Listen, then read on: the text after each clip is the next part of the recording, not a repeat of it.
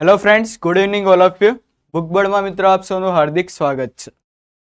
મિત્રો તમને બધાને જેમ ખબર જ હશે કે ટાટ એચએસ એટલે કે હાયર સેકન્ડરી જે મુખ્ય પરીક્ષા છે, મેન એક્ઝામ કે જેમાં અકાઉન્ટ એન્ડ કોમર્સ મિત્રો આપણે શું કરવાના છીએ, એની કન્ટેન્ટ છે એ ભણવાના છે, રાઈટ. એનો લેક્ચર આપણે આજે રાખ્યો છે, જેમાં તમને કન્ટેન્ટ પ્લસ મેથડની શું કરવામાં આવશે મિત્રો, સંપૂર્ણ તૈયારી છે એ કરાવવામાં આવનાર છે, રાઈટ. હવે જે લોકોને ફટાફટ આ જે વિડીયો છે શેર કરવાનો બાકી હોય પેલા શેર કરી દો કે ભાઈ 6 વાગી ગયા છે. યુટ્યુબ ચેનલ ઉપર બુકબર્ડનો વિડીયો છે એ આવી ચૂક્યો છે, રાઈટ, કે જેમાં આપણે કોમર્સ વિશેની જે અકાઉન્ટ એન્ડ કોમર્સની જે એક્ઝામ છે એની મિત્રો આપણે શું કરવાના, ચર્ચા કરવાના છીએ. તો તમે ફટાફટ બધા તમારા મિત્ર સર્કલની અંદર આ જે વિડીયો છે એ ફટાફટ શું કરશો, શેર કરી દો, રાઈટ.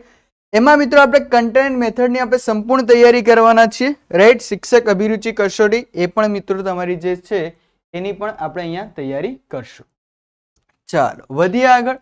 તો સેમ એઝ યુઝ્યુઅલ મિત્રો કે જે લોકો તમે બધા જાણો જ છો કે જે પણ વિદ્યાર્થી મિત્રો છે આપણા કે જે ટાટ હાયર સેકન્ડરી માટે છે, શાના માટે છે, ટાટ હાયર સેકન્ડરી માટે મેઇન્સનો જે લોકો કન્ટેન્ટ જે બેચ આપણી ચાલી રહી છે આમાં જે લોકો એડમિશન લઈ રહ્યા છે એ લોકોને આપણે સબ અકાઉન્ટ સબ ઓડિટરની જે આવનારી પરીક્ષા છે, ભરતી છે, એ મિત્રો આપણે શું કરી રહ્યા છે, એ લોકો માટે ફ્રી ઓફ બેચ ટોટલી આપણે આપી રહ્યા છે. અને વાત કરીએ કે આની ફીસ સર કેટલી છે, તો 3999 આની ફીસ છે રાખવામાં આવેલ છે. બુકબર્ડ 50 તમારો પ્રોમો કોડ છે એ એપ્લાય કરવાનો રહેશે. સાથે ને સાથે મિત્રો અહીંયા આપણે 3 વિષય નામાના મૂળ તત્વો, વાણિજ્ય વ્યવસ્થા અને સંચાલન, વાણિજ્ય પત્રવ્યવહાર અને સેક્રેટરીયલ પ્રેક્ટિસ, આ 3 વિષયની આપણે મિત્રો શું કરવાના છે, તૈયારી કરવાના છીએ. એની સાથે સાથે દરરોજ લેખન કાર્ય દ્વારા ભરપૂર અભ્યાસ થશે. પરીક્ષા પહેલા કુલ 5 મોક ટેસ્ટનું આયોજન જે ટોટલી ફ્રી ઓફ છે, એમાંથી મિત્રો તમારી જે 2 મોક ટેસ્ટ છે એનું હું તમને જાતે શું આપીશ, સેલ્ફ ઇવેલ્યુએશન તમને હું જાતે કરીને આપવાનો છું, તમને જાતે ચેક કરીને આપીશ, જેના અંતર્ગત 3 મોક ટેસ્ટ તમારે જાતે જોવાની રહેશે એન્ડ 5 મોક ટેસ્ટનું સોલ્યુશન છે એ પણ મિત્રો એપ્લિકેશનની અંદર આવી જશે. કોમર્સના તમામ મુદ્દાઓ આવરી લેવાનું આપણું આયોજન છે એ નામાના મૂળ તત્વ વિષય એટલે કે અકાઉન્ટ વિષય ઉપર મિત્રો આપણે ખાસ ધ્યાન આપવાના છે. ચલો હવે તમારા કોઈના જે બી કંઈ ક્વેશ્ચન્સ હોય એ તમે પૂછી લો, એના પછી આપણે મિત્રો લેક્ચર છે એની આપણે શરૂઆત કરીએ. શું છે સર, પ્રિલિમની આન્સર કી ક્યારે આવવાની છે? I think provisional answer key આવી ગઈ છે ને નરેશભાઈ? પ્રિલિમની આન્સર કી ક્યારે આવશે? તો provisional answer key I think આવી ગઈ છે. એન્ડ કૃષ્ણસિંહ ઝાલાનો એક છે કે પીએસઆઈ એએસઆઈની લાઈવ બેચ ક્યારે શરૂ કરશો? ટૂંક સમયમાં જ મિત્રો એની પણ જાહેરાત છે કરી દેવામાં આવશે. પીએસઆઈ એએસઆઈ માટે બી તમારા માટે કંઈક ખાસ લાવવામાં આવશે, રાઈટ. હવે જે લોકોને ફટાફટ બીજા કોઈ ક્વેશ્ચન હોય તે પૂછી શકો છો એન્ડ ન હોય તો પછી આપણે મિત્રો લેક્ચર છે આપણે એની શરૂઆત કરીએ. એન્ડ કાલે છે કઈ, 15 ઓગસ્ટ. એન્ડ મિત્રો આપણે 15 ઓગસ્ટથી આપણી બેચ છે એની શું કરી દેવાના છે, શરૂઆત કરી દેવાના છે. એટલે કે જે બી કોઈ વિદ્યાર્થી મિત્રોને એડમિશન લેવાના જો અત્યારે બી બાકી હોય તે લોકો લઈ શકે છે. બાકી કાલથી આપણી બેચ છે રેગ્યુલર 6 થી 8 એ ચાલુ થઈ જવાની છે. ઓકે, ચાલો વધીએ તો પછી મિત્રો આપણે આગળ. પ્રી એ તો વાળાની આવી છે, પણ એ તો એ વાળાની આવી, અરે એ વાળાની આવી છે એમ, તો એના માટે પછી તમારે જોઈ લેવાનું હોય તમારી રીતે આન્સર આમાં કઈ રીતે આપેલા છે. એના માટે તમને આઈ ડોન્ટ થિંક કે તમને બીજી આમ જે તમારા પેપર વાઇઝ તમને આપશે આ લોકો, પછી ખબર નથી એક્ઝેક્ટલી શું છે. બાકી એના અંદરથી બી જોશો તો બી તમને આઈડિયા આવી જશે, રાઈટ. ચાલો વધીએ આગળ. હવે મિત્રો બીજી વાત કરીએ બુકબર્ડ એપ્લિકેશન. તો તમે પ્લે સ્ટોરમાં જઈને સર્ચ કરો બુકબર્ડ, કે જેમાં તમને આ લોગો દેખાશે, તમે ઇન્સ્ટોલ કરો. ઇન્સ્ટોલ કર્યા પછી તમને જે બી કંઈ કોર્સિસ છે એ બધા મિત્રો તમને જોવા મળી જશે. ઓકે, ચાલો હવે જે લોકોને ફટાફટ વિડીયો શેર કરવાનો બાકી હોય તો ફટાફટ શેર કરી દો કે જેનાથી વધુમાં વધુ લોકો સાથે આપણે કનેક્ટ થઈ શકીએ એન્ડ સારી એવું આપણે લેક્ચરની શરૂઆત કરી લઈએ. એના પછી મિત્રો ટાટ એચએસ મુખ્ય પરીક્ષા કે જે 15 ઓગસ્ટ એટલે કે કાલ સુધીની વિદ્યાર્થીઓ માટેની એક છેલ્લી ઓફર કે જેની ફીસ છે 1899 અને 15 ઓગસ્ટ લીધા પછી ફીસ થઈ જશે કેટલી, 2399. તો જે લોકોને આ પણ બાકી હોય તો આ પણ તમે લઈ શકો છો, રાઈટ. સાથે ને સાથે આ કોર્સની વિશેષતા તમને ખબર જ છે, આ બેચ પણ આપણી સારી એવી ચાલુ થઈ ચૂકેલી છે એપ્લિકેશન ઉપર. જેમાં તમારા ગુજરાતી વર્ણનાત્મક પ્લસ મેથડ રહેશે. દરરોજ લેખન કાર્ય આપવામાં આવશે. 5 ગુજરાતી વર્ણનાત્મક મોક ટેસ્ટ ફ્રી, એટલે કે અહીંયા ટોટલ 7 મોક ટેસ્ટ ફ્રી છે.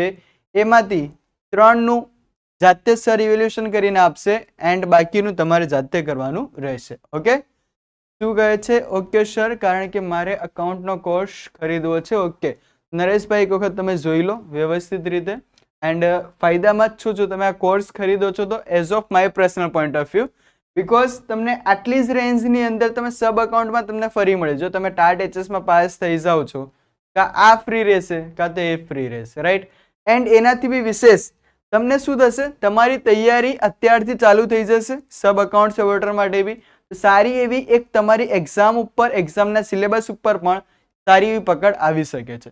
ઓકે ચાલો સર, સબ અકાઉન્ટની બેચમાં ના જોઈન થવું તો ફીસ કઈ ચેન્જ થશે? દિશાબેન, ના, એમાં કોઈ જ ફીસ છે એ ચેન્જીસ થવાના કોઈ જ ચાન્સીસ નથી. જે છે આ જ ફીસ આપણી રહેશે. એન્ડ તો બી ઓલ તો એવું હોય તો તમે ઓફિસ નંબર ઉપર એક વખત ફોન કરી લ્યો 75 75 87 86 99 ઉપર. તમને ત્યાંથી સેટિસ્ફાઈડ આન્સર છે મિત્રો મળી જશે. ઓકે ચાલો, આ ક્વેશ્ચન ફરીથી ભણવામાં આવશે એપની અંદર. સોલંકી પારુલબેન, ના, આ જે એપ્લિકેશનની અંદર એપ્લિકેશનમાં આપણે જ્યારે ભણશું તો ટોટલી આપણે ચેપ્ટર વાઇઝ ભણવાના છે એપ્લિકેશનમાં, રાઈટ. કે કયા ચેપ્ટરમાંથી કેટલા માર્ક્સના આપણને પૂછાશે ક્વેશ્ચન. એની અંદરથી બી અમુક એવા ચેપ્ટર્સ છે કે જેમાંથી માત્ર 1 માર્ક્સના કે 2 માર્ક્સના ક્વેશ્ચન પૂછાઈ શકે છે. આપણે ટોટલી આપણે એનું એનાલિસિસ કરશું અને એની સાથે ભણશું. આ ક્વેશ્ચન આન્સર ફોર્મેટ તો ખાલી એક યુટ્યુબ માટે છે, બરાબર, કે ભાઈ આપણે આ રીતે આ વસ્તુ ભણવાના છે. જ્યારે આપણી અંદર 1 માર્ક્સ 2 માર્ક્સના ક્વેશ્ચન્સ હશે અને જ્યાંથી લોંગ ક્વેશ્ચન નીકળતા હશે, તમારા 6 માર્ક્સના કે 8 માર્ક્સના ક્વેશ્ચન હોય કે દાખલા હોય, એની પણ મિત્રો આપણે સરખી રીતે મસ્ત એવી તૈયારી કરશું. ઓકે ચાલો, અત્યાર સુધી ફીસ નક્કી નથી કરી હેતલબેન, બટ યસ જે બી કંઈ હશે આના રિગાર્ડિંગ જ જોવા તમને મળશે. 3999 યા 2999 આંકડો પકડતા નહીં, જસ્ટ ફોર એક્ઝામ્પલ કહું છું, બટ યસ આની સમથિંગમાં આની રેન્જમાં તમને જોવા મળશે. સબ્જેક્ટની ફીસ શું છે? તો 3999 આપણા સબ્જેક્ટની ફીસ છે, જે તમને હાલ જ મિત્રો અહીંયા ચર્ચા કરી છે Rekhaben. Already you know all that. Okay ચાલો, એન્ડ ફરીથી નહીં આવે એટલે આ ડેમો લેક્ચર સમજો તમે આને કે પછી રેગ્યુલર સમજો દરેક વસ્તુ, કારણ કે યુટ્યુબમાં કંઈક આપવું ને એપ્લિકેશનમાં કંઈક આપવું એ વસ્તુ નથી, બંને વસ્તુ સેમ જ છે. ક્વેશ્ચન તમારે લખવાના છે જાતે જ અને એના માટેની જ આપણે અહીંયા તૈયારી છે. અહીંયા આપણે સ્ટ્રક્ચર છે એ તૈયાર કરીને આપીશ યુટ્યુબ ઉપર, સોરી ટેલિગ્રામમાં તમને આન્સર મળી રહેશે. એન્ડ જે એપ્લિકેશનમાં જે વસ્તુ હશે જે હું તમને લખવા માટે આપીશ દરરોજ, જેની તમારે આન્સર રાઇટિંગની પ્રેક્ટિસ કરવાની છે, એના આન્સર તમને ટેલિગ્રામની તમને બુકબર્ડની જે આપણી એપ્લિકેશન છે એમાં સોફ્ટ કોપીમાં મળી રહેશે. ઓકે ચાલો વધીએ આગળ. મુદ્દાસર જવાબ આપો. 200 થી 250 શબ્દોમાં આપણે મિત્રો આન્સર કરવાનો છે. ટોટલ કેટલા માર્ક્સમાં છે? 8 માર્ક્સનો ક્વેશ્ચન છે. એન્ડ સારો એવો ક્વેશ્ચન છે કે આની અંદરથી આપણને 8 માર્ક્સનો ક્વેશ્ચન બની શકે છે. માટે શું કહે છે આપણને? આયોજનની વ્યાખ્યા આપી તેની પ્રક્રિયા સમજાવો. મિત્રો એક વસ્તુને ખાસ ધ્યાનમાં રાખજો, જ્યારે તમે આ પ્રકારના ક્વેશ્ચન્સ સાથે જ્યારે તમે ડીલ કરતા હશો ને ત્યારે તમે શ્યોર હોવા જોઈએ કે તમને આની જે પ્રક્રિયા છે એ કમ્પ્લીટલી આવડતી હોવી જોઈએ. જેમ કે હું તમને વાત કરું તો આયોજનની પ્રક્રિયા, વ્યવસ્થા તંત્રની પ્રક્રિયા આવે છે. એના પછી મિત્રો આપણે આવે છે કઈ? અંકુશની પ્રક્રિયા તમને જોવા મળે છે. તો આયોજન, વ્યવસ્થા તંત્ર અને અંકુશ સંચાલનના 3 મહત્વના કાર્યો છે અને આમાંથી મિત્રો તમને એક ક્વેશ્ચન પ્રક્રિયાનો જોવા મળશે. આના માટે વસ્તુ એક જ છે કે જ્યારે પણ તમે પ્રક્રિયા લખતા હો ત્યારે પ્રક્રિયા છે તબક્કાવાર થતી હોય અને આના તબક્કા તમને કમ્પ્લીટલી લાઈન ટુ લાઈન યાદ હોવા જરૂરી છે. જો એક પણ તબક્કો ઉપર નીચે થાય છે, તમારા જે આન્સર છે જે તમારા ક્વેશ્ચનનો, એમાં માર્ક્સ મિત્રો ઓછા થવાની સંભાવના રહેતી હોય છે એના હિસાબે, રાઈટ. સર આ ડેમો લેક્ચર યુટ્યુબ ઉપર રહેશે ને? હા, આ રહેશે યુટ્યુબ ઉપર, આ લેક્ચર્સ તો રહેવાના જ છે, પરંતુ એપ્લિકેશનની અંદર આપણે આનાથી બી વધારે સારી રીતે મિત્રો આપણે ભણવાના છે. ઓકે, તો આગ્રહ રાખો કે એપ્લિકેશનમાં જ આપણે વધારે ભણીએ. ઓકે, પ્રક્રિયા મિત્રો પણ તમે આ પ્રકારના ક્વેશ્ચન્સ આવે છે, આયોજનનો પૂછાય, વ્યવસ્થા તંત્રનો પૂછાય કે કર્મચારી વ્યવસ્થાનો પૂછાય, આની અંદર આપણે બહુ જ કંઈ જ કરવાની જરૂર નથી. ક્વેશ્ચનની ડિમાન્ડ જુઓ, શું કહે છે ભાઈ? આયોજનનો અર્થ આપી તેની પ્રક્રિયા સમજાવો. 8 માર્ક્સનો ક્વેશ્ચન છે. તમે મિત્રો આની પ્રક્રિયાના જે તબક્કા લખશો ને તેની અંદરથી તમારા 200 થી 250 શબ્દો થઈ જશે. તો પછી હવે ડાયરેક્ટ તમે આગળ વધો આયોજનનો અર્થ લખીને. આયોજન એટલે શું થાય મિત્રો?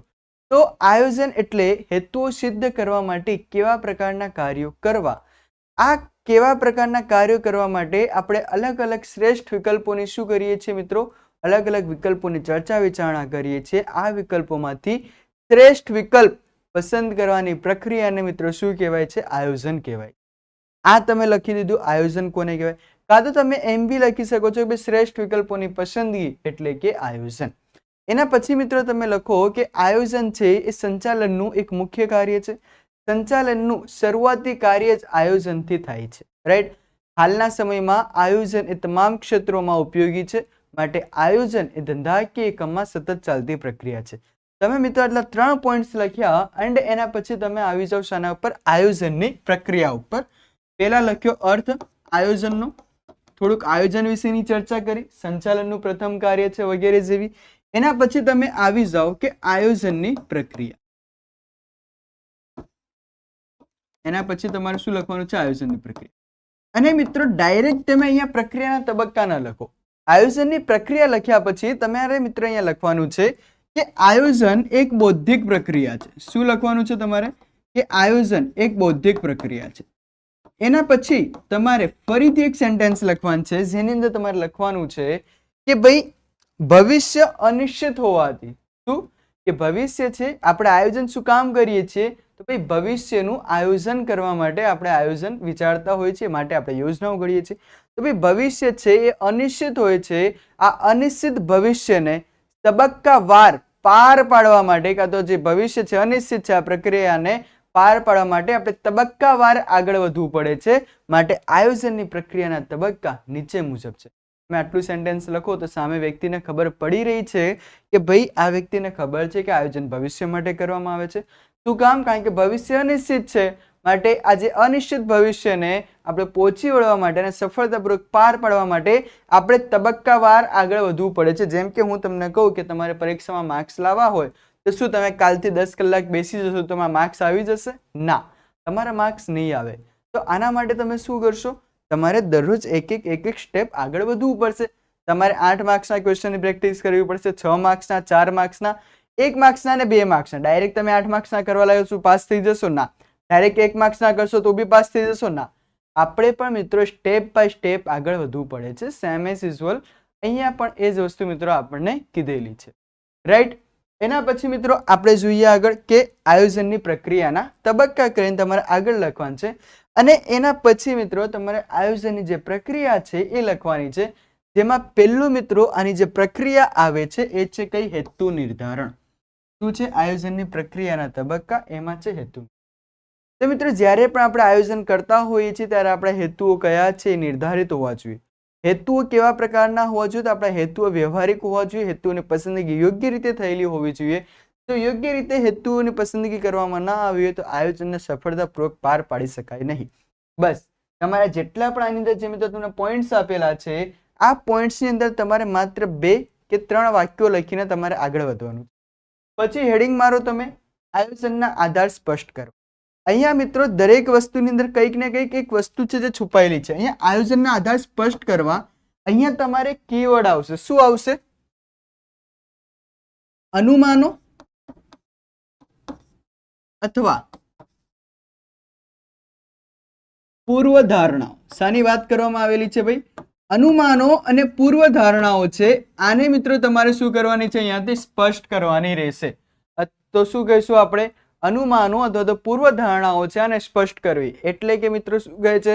તમારા જે બી કંઈ ભવિષ્યને લગતા અનુમાનો છે, તમારી પૂર્વધારણાઓ છે સ્પષ્ટ હોવી જોઈએ. જો તમે સ્પષ્ટ કરશો તો એનાથી તમે ભવિષ્યમાં સારા એવા નિર્ણયો લઈ શકશો. પછી તમારે વાત કરી છે માહિતી એકત્રિત કરી તેનું વિશ્લેષણ કરવું.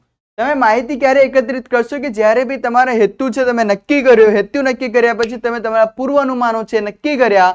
પૂર્વ અનુમાનો અનુમાનો અથવા પૂર્વધારણાઓ નક્કી કરી. એ અનુમાનો અને પૂર્વધારણાઓના અનુરૂપ પછી તમે શું લઈને આવો છો? તમે એના રિગાર્ડિંગ બધી માહિતી છે એને કલેક્ટ કરશો, માહિતી એકત્રિત કરશો. અને એના પછી ઇન્ફોર્મેશન મિત્રો તમે શું કરવાના છો? એનાલિસિસ કરવાના છો. તો તમારે લખવાનું કે ભાઈ અનુમાનો અને પૂર્વધારણાઓ સ્પષ્ટ કર્યા પછી એના અનુરૂપ માહિતી છે ને એકત્રિત કરવામાં આવે છે. ત્યારબાદ એનું વિશ્લેષણ કરવામાં આવશે. તમે મિત્રો માહિતી એકત્રિત કરી, તમે એનાલિસિસ કર્યું, એના પછી થોડીક માહિતી વધારે ભેગી થઈ જે ઇમ્પોર્ટન્ટ હતી એટલી. એના પછી જે માહિતી મળી છે એના પછી તમે શું કરશો? સર વૈકલ્પિક યોજના તૈયાર કરશો. શું કરશો? તમે વૈકલ્પિક યોજનાઓ તૈયાર કરશો. એક કરતાં વધારે વિકલ્પોની શું કરવાના છો? અહીંયા ચર્ચા કરવાના છો. વૈકલ્પિક યોજનાઓ તમે તૈયાર કરી છે અને આ વૈકલ્પિક યોજનાઓ તમે જે તૈયાર કરી એની પછી તમે શું કરશો? વિકલ્પોની વિચારણા કરશો. શું કરશો? વૈકલ્પિક યોજનાઓ તૈયાર કર્યા પછી વિકલ્પોની શું કરવામાં આવશે મિત્રો? વિચારણા કરવામાં. તમે યોગ્ય વિકલ્પો, તમે વિકલ્પોની ચર્ચા વિચારણા કરી છે. ચર્ચા વિચારણા કર્યા પછી તમે ચોક્કસ યોજના સ્વીકારશો. આમાંથી કોઈ એક ચોક્કસ વિકલ્પ તમે પસંદ કર્યો છે. એ વિકલ્પને પસંદ કરીને તમે ચોક્કસ યોજનાની શું કરવાના છો મિત્રો? ચકાસણી કરવાના છો, એને સ્વીકાર કરવાના છો. એને સ્વીકાર કર્યા પછી ગૌણ યોજનાનું ઘડતર અને ચકાસણી. શું કામ? કારણ કે તમે એક મેઇન પ્લાન કર્યો હોય એના પછી તમારો એક બેકઅપ પ્લાન છે મિત્રો હંમેશા રેડી હોય. તો તમે શું કર્યું અહીંયા? તો યોજના છે, ચોક્કસ યોજના સ્વીકારી, એના પછી ગૌણ યોજનાનું ઘડતર કર્યું અને ઘડતર કર્યા પછી મિત્રો શું કરવામાં આવી? ચકાસણી કરવામાં આવે છે. અને એના પછી મિત્રો યોજનાનું મૂલ્યાંકન, કે આ યોજનાના મૂલ્યાંકન વખતે લુક એન્ડ લીપ એટલે કે જુઓ અને આગળ વધોનો સિદ્ધાંત છે અપનાવવામાં આવે છે. જુઓ અને આગળ વધો. વન લાઇનર ક્વેશ્ચન ની અંદર પણ આ ક્વેશ્ચન છે પૂછાઈ શકાય. લુક એન્ડ લીપ નો સિદ્ધાંત, જુઓ અને આગળ વધોનો સિદ્ધાંત ક્યાં? તો યોજનાના મૂલ્યાંકન વખતે મિત્રો અપનાવવામાં આવતો હોય છે. તો મિત્રો આ છે તમારી આયોજનની પ્રક્રિયાના તબક્કા. આના જેટલા બી જે કી પોઈન્ટ્સ છે એ તમામ કી પોઈન્ટ્સની મિત્રો મેં તમને અહીંયા ચર્ચા કરી છે. અને આ વસ્તુ તમારે જો તમે લુક એન્ડ લીપ આવા શબ્દો લખો છો, અનુમાનો અથવા પૂર્વધારણાઓ લખો છો, અહીંયા લખો છો ભાઈ કે તમારા હેતુઓ વ્યવહારિક હોવા જોઈએ. અને આ તમામની નીચે મિત્રો જ્યારે તમે અંડરલાઈન કરી દેશો તો મિત્રો તમારું જે પેપર છે એ બીજા અન્ય લોકો કરતાં ઘણું અલગ તરી આવશે. કે જેનાથી પેપર સેટરને જે વસ્તુ જોઈએ એ તમામ વસ્તુ મિત્રો તમે એને હાથોહાથ આપી રહ્યા છો. તો પેપર સેટરને બીજું શું જોઈએ આનાથી વિશેષ? કંઈ જ નહીં સર. એના હાથમાં જો દરેક વસ્તુ આવી જતી હોય તો પછી શું કામ પેપરમાં જોવા માટે જશે? નહીં જાય. અને આપણે આ વસ્તુ શીખવાની છે. કયા વર્ડ્સ ઇમ્પોર્ટન્ટ છે? જે વર્ડ્સ ઇમ્પોર્ટન્ટ છે એને લખો, નીચે અંડરલાઈન કરો, વધુ આગળ, માર્ક્સ આવતા જશે. રાઈટ? Got it? ચાલો મિત્રો વધીએ આગળ. કોઈને કઈ આટલી વસ્તુ લખ્યા પછી તમારે લખવાનું છે કે ભાઈ આયોજન એ ધંધાકીય એકમનું અથવા તો સંચાલનનું એક મહત્વનું કાર્ય. બસ એના પછી તમે જે આન્સર છે એને સમાપન કરી દો.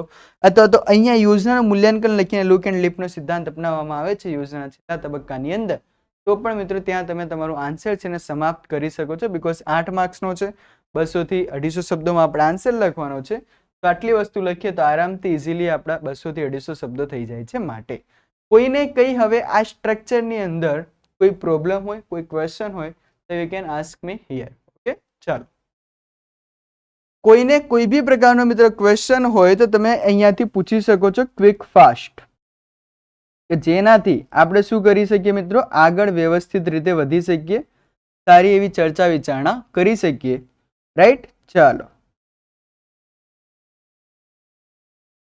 કોઈને કઈ ક્વેશ્ચન હોય તો you can ask me here.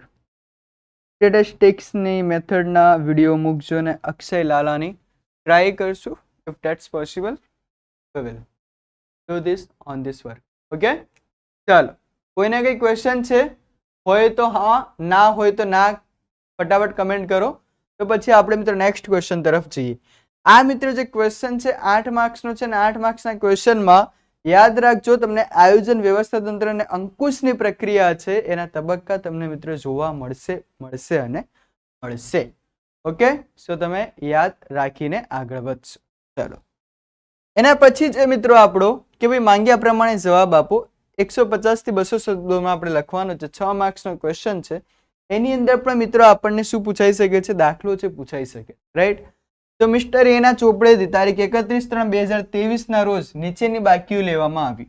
આ બાકીઓ પરથી મિસ્ટર એનું શું તૈયાર કરવાનું છે મિત્રો? આપણે કાચું સરવૈયું છે એ તૈયાર કરવાનું છે. કઈ છે?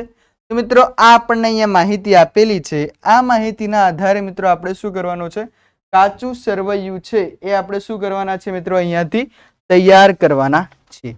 રાઈટ, તો વધશું આગળ. ચાલો જોઈએ. કેલ્સી લેક્ચર હોય એટલે તમારે કેલ્ક્યુલેટર સાથે લઈને જ બેસવાનું છે. રાઈટ, એપ્લિકેશનમાં હશો ત્યારે બી તમારે કેલ્સી સાથે લઈને જ બેસવાનું છે. એન્ડ કોમર્સ વાળાને તો તમે એક્ઝામ હોલની અંદર બી તમારે કેલ્સી લઈને જ જવાનું છે. ઓકે, તો એનો કોઈ જ એવો ઇસ્યુ નથી. ચલો મિત્રો જોઈએ. અહીંયા મિત્રો માલિકીની મૂડી 48,000 રૂપિયા છે અને માલિકીની મૂડી એની હંમેશા કઈ બાકી હોય? ચલો ફટાફટ કમેન્ટ કરો કે માલિકીની મૂડીની કઈ બાકી હોય, ઉધાર કે જમા. મોટા ક્વેશ્ચન્સમાં પાક્કું સરવૈયું પૂછાશે. બહુ રેર ઓફ ધ રેર કેસની અંદર પૂછાઈ શકે છે, બાકી ચાન્સીસ નથી કે પાકા સર્વે જેવા ક્વેશ્ચન્સ તમને પૂછાય કે વાર્ષિક હિસાબના તમને પૂછાય. યસ, તમને હવાલા છે એની અંદરથી પૂછાઈ શકે છે, જે શોર્ટ ક્વેશ્ચનમાં હોય છે કે 1 માર્ક્સના 2 માર્ક્સના ક્વેશ્ચનની અંદર. ઓકે, ચાલો. અને એવું હશે તો એના એકાદ દાખલાની પણ આપણે પ્રેક્ટિસ કરશું સારા એવા કે જેને જોઈ શકાય. માલિકની મૂડી કઈ બાકી હોય? ચલો ફટાફટ કમેન્ટ કરો કે જે માલિકની મૂડી છે એની કઈ બાકી હશે, ઉધાર કે જમા? એક આન્સર આવ્યો છે ઉધાર, બીજો બી ઉધાર. માલિકની મૂડીની કઈ બાકી હોય? પટેલ પૂજાનો રાઈટ આન્સર છે શું આવશે? જમા બાકી હોય. શું? જમા. ઉપાડની મિત્રો ઉધાર બાકી હોય, બાકી માલિકની મૂડીની જમા બાકી હોય. અને કેટલી છે તો મિત્રો આવશે કેટલી? 48,000 રૂપિયા. માલિકની મૂડી કેટલી છે મિત્રો? 48,000 રૂપિયા છે. Yes, absolutely right Rekhaben. ઉપાડની મિત્રો કઈ બાકી રહેશે? ઉપાડની બાકી રહેશે ઉધાર બાકી. કેટલા? 12,000 રૂપિયા. એના પછી આવે છે ફર્નિચર. ફર્નિચરની કઈ બાકી હોય? ચલો, અને ફટાફટ કમેન્ટ કરવાની છે તમારા લોકોને જ. ફર્નિચરની કઈ બાકી હોય? Quick fast. ફર્નિચર, યંત્ર, ગ્રાહક, ઉધાર. ઓકે, સરસ. તો ચલો લખી દઈએ આપણે ફર્નિચર, યંત્ર, ગ્રાહક એટલે મિત્રો શું થાય? દેવાદાર, ડેપ્ટર્સ. ઓકે, કેટલી છે? 40,000 રૂપિયા ફર્નિચરની કિંમત આપવામાં આવી છે. એના પછી યંત્રની કિંમત આપણને આપવામાં આવેલી છે 10,000 રૂપિયા. એના પછી ગ્રાહક આપણને આપેલા છે 5,000 રૂપિયા. એના પછી આવે છે કોણ મિત્રો? વેપારીઓ. વેપારીઓનો મતલબ શું થાય મિત્રો? લેણદાર. તો લેણદાર કેટલી બાકી છે વેપારીઓની? 10,000. 10,000 રકમ આપેલી છે. વેપારી એટલે લેણદાર, એની જમા બાકી હોય, યાદ રાખજો. એના પછી છે પ્રોવિડન્ટ ફંડમાં ફાળો. ક્યાં આવશે મિત્રો પ્રોવિડન્ટ ફંડમાં ફાળો? ચલો જય ભાઈ હળવાર્યો યુટ્યુબ છે, તમે ઓળખતા હો વસ્તુ અલગ છે, બરાબર? બાકી અહીંયા ન કરો. શું આવશે? પ્રોવિડન્ટ ફંડના ફાળાની ઉધાર બાકી. પરંતુ મિત્રો ખાલી તમને પ્રોવિડન્ટ ફંડ પૂછે તો, પ્રોવિડન્ટ ફંડમાં ફાળો પૂછે તો તમે લખી દો શું? ઉધાર બાકી. પરંતુ પ્રોવિડન્ટ ફંડ પૂછે તો શું આવશે તમારો? ચલો, પ્રોવિડન્ટ ફંડમાં ફાળો તો ઉધાર, પ્રોવિડન્ટ ફંડ પૂછે તો જમા આવશે. ઓકે, આ મગજમાં રાખજો, કન્ફ્યુઝ ન થતા. 1,000. એના પછી આવે છે શું? લીધેલ લોન. તો લીધેલ લોન ની મિત્રો કઈ બાકી હોય? સર જમા બાકી. તો લખી દેવાની કે લીધેલ લોન એની કઈ છે? જમા બાકી છે. કેટલા રૂપિયા? 12,000. એના પછી આવે છે શું? મળેલ કમિશન. તો મળેલ કમિશન ની મિત્રો કઈ બાકી હશે? ઓહ, હેપીએસ્ટ બર્થડે પૂજા. ચાલો, સારા એવા તમે બધા મસ્ત શિક્ષક થઈ જાઓ ટાટ હાયર સેકન્ડરીમાં, અમને શીખવાડો એવી આશા. ચાલો, મળેલ કમિશન, અરે ઉધાર ન બાકી હોય, મળેલ કમિશન છે એની જમા બાકી હોય. આપેલ કમિશનની ઉધાર બાકી હશે. યાદ રાખજો, મળેલ કમિશન એ તમારો નફો છે તો એ તમારી આવક છે એની જમા બાકી હશે. જ્યારે કે આપેલ કમિશન હોય એ મિત્રો શું થશે? આપેલ કમિશન એ તમારી એની ઉધાર બાકી હશે. તો મળેલ કમિશન 8,000 રૂપિયા તમારો આવશે અહીંયા. એના પછી છે માલનો સ્ટોક, તો કયો આવશે મિત્રો? ઉધાર બાકી. માલનો સ્ટોક કયો આવશે? ઉધાર બાકી. કેટલા રૂપિયા છે ભાઈ? 40,000 રૂપિયા. Okay, got it? માલ સ્ટોક, ઉધાર બાકી. એના પછી છે વેચાણ. વેચાણ અને દેવી હુંડી બંનેની કઈ બાકી હોય મિત્રો? જમા બાકી હશે. તો વેચાણ છે આપણું 10,000 રૂપિયા. એના પછી છે કઈ? દેવી હુંડી. ને દેવી હુંડી કેટલાની છે આપણી? 20,000 રૂપિયાની. ચલો ફટાફટ સરવાળો કરો એન્ડ એના પછી કયો કેટલો આપણો સરવાળો છે એ આવી રહ્યો છે.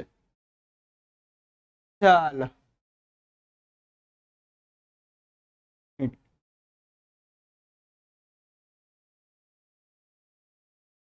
કેટલો આવશે સરવાળો? ફટાફટ. 1,08,000 રૂપિયા જમા સાઈડ નો આવી રહ્યો છે. ઉધાર સાઈડ નો કરી જોઈએ હવે. તો 40, 50, 50 ને 40, 90, 90 ને 18. ઓકે, 1,08,000 રૂપિયા. એટલે કે મિત્રો બંને બાજુના સરવાળા છે આપણા સરખા આવી રહ્યા છે. ઇફ જો સરવાળો સરખો ન આવતો હોય તો જે બાજુ તફાવતની રકમ આવતી હોય એ આપણે ઉપલક ખાતે લખીને બંને સરવાળા સરખા કરીને આગળ વધી જવાનું. અને એક્ઝામમાં પણ ખાસ મગજમાં રાખજો, એ પ્રકારનો એકાદો તમારો ક્વેશ્ચન છે પૂછાઈ શકે છે કે જેમાં બંને બાજુના સરવાળા સરખા ન થતા હોય, જે બાજુ તફાવતની રકમ આવતી હોય તે ઉપલક ખાતે લખીને આપણે આગળ વધીશું. Okay, got it? ચાલો વધીએ મિત્રો. હવે આગળ શું કહે છે કે ભાઈ માંગ્યા પ્રમાણે જવાબ આપો. 4 માર્ક્સનો મિત્રો ક્વેશ્ચન છે આપણો, જેમાં શેર અને ડિબેન્ચરનો તફાવત. એક વસ્તુને મિત્રો ખાસ ધ્યાનમાં રાખજો, હું તમને કેટલાક તફાવત કહું છું. શેર ડિબેન્ચર, એના પછી ઇક્વિટી શેર, પ્રેફરન્સ શેર, આના તફાવત પસંદગી અને ભરતી, તાલીમ અને વિકાસ. આ 4-5 તફાવત એવા છે કે જે તમને મિત્રો એક્ઝામમાં પૂછાશે અને પૂછાશે.